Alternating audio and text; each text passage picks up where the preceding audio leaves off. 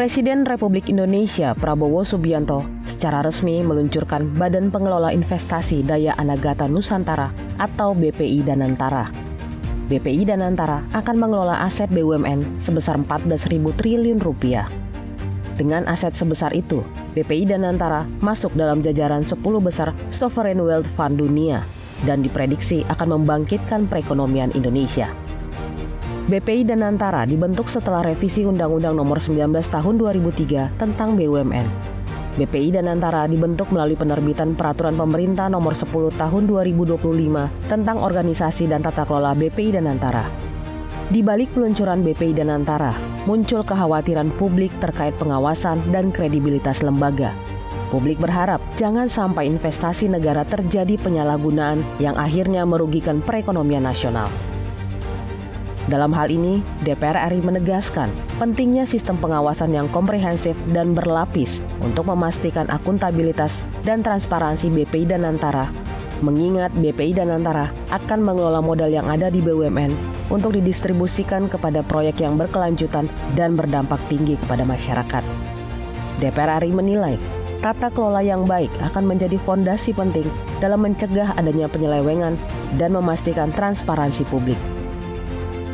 Banyak aksi-aksi korporasi yang harus dikoordinasikan atau dilaporkan kepada Komisi 6 ya selaku DPR yang mengawasi Danantara ini secara legal ya, bahwa aksi-aksi korporasi itu antara lain tentang RKAP harus dikoordinasikan, tentang restrukturisasi, tentang privatisasi, hapus buku, hapus tagih ya, dan itu semua harus dilakukan, dilaporkan atau dikoordinasikan dengan DPR. Jadi memang tugasnya DPR itu kan memang kita harus mengawasi pemerintah ya. Dalam hal ini Danantara ini yang notabene dia akan mengelola dana yang segitu besar, 300 triliun dan 14.000 aset, itu tentunya kita harus awasin Mas. Jadi kita harus pastikan bahwa duit-duit yang di Danantara yang diinvestasikan itu harus pasti menyentuh masyarakat. Itu tugas kami sebagai DPR untuk mengawasi itu semua. Jadi jangan sampai dana-dana ini malah nyasar kemana-mana. Jadi persepsi bahwa Danantara ini tidak bisa diperiksa, itu salah total. Jadi Danantara ini sebuah badan yang selayaknya seperti badan yang lain, bisa diperiksa di mana-mana. Kita bisa pantau uang ini pada lari kemana. Jadi kita harus tahu. Kita akan pantau dan kita harus tahu. Badan Pengelola Investasi Danantara dapat berperan sebagai katalisator pertumbuhan ekonomi nasional dengan berinvestasi di sektor prioritas seperti sektor energi terbarukan, manufaktur industri hilir, dan produksi pangan.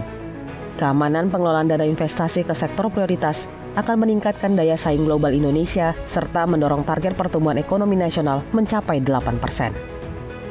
Mudah-mudahan ini akan menjadi trigger terhadap peningkatan pertumbuhan ekonomi. Bahkan ini menjadi sumber pembiayaan bagi proyek-proyek yang multi-years, proyek-proyek yang berkelanjutan, proyek-proyek yang saat ini membutuhkan investasi segar. Nah, dengan adanya Danantara, kita tidak akan tergantung terus kepada investor, tergantung kepada pihak luar negeri, tetapi juga dengan Danantara ini, negara mempersiapkan pembiayaan untuk sektor-sektor produktif, utamanya terhadap hilirisasi, gitu ya, karena menghilirisasi terhadap 26 komoditas ini tentu nilai tambahnya akan sangat besar. Selain terhadap nilai keuntungan, nilai pendapatan ya, yang pada akhirnya juga menjadi dividen bagi negara, tentu juga ini bisa menjadi pembiayaan bagi yang selama ini kesulitan untuk mencari pembiayaan. DPR RI berharap Dewan Pengawas dan Badan Pelaksana Danantara mampu bekerja dengan optimal demi kesejahteraan masyarakat. Untuk itu, DPR RI berkomitmen memaksimalkan pengawasan terhadap kinerja pengelolaan BPI Danantara. Tim redaksi TVR Parlemen melaporkan.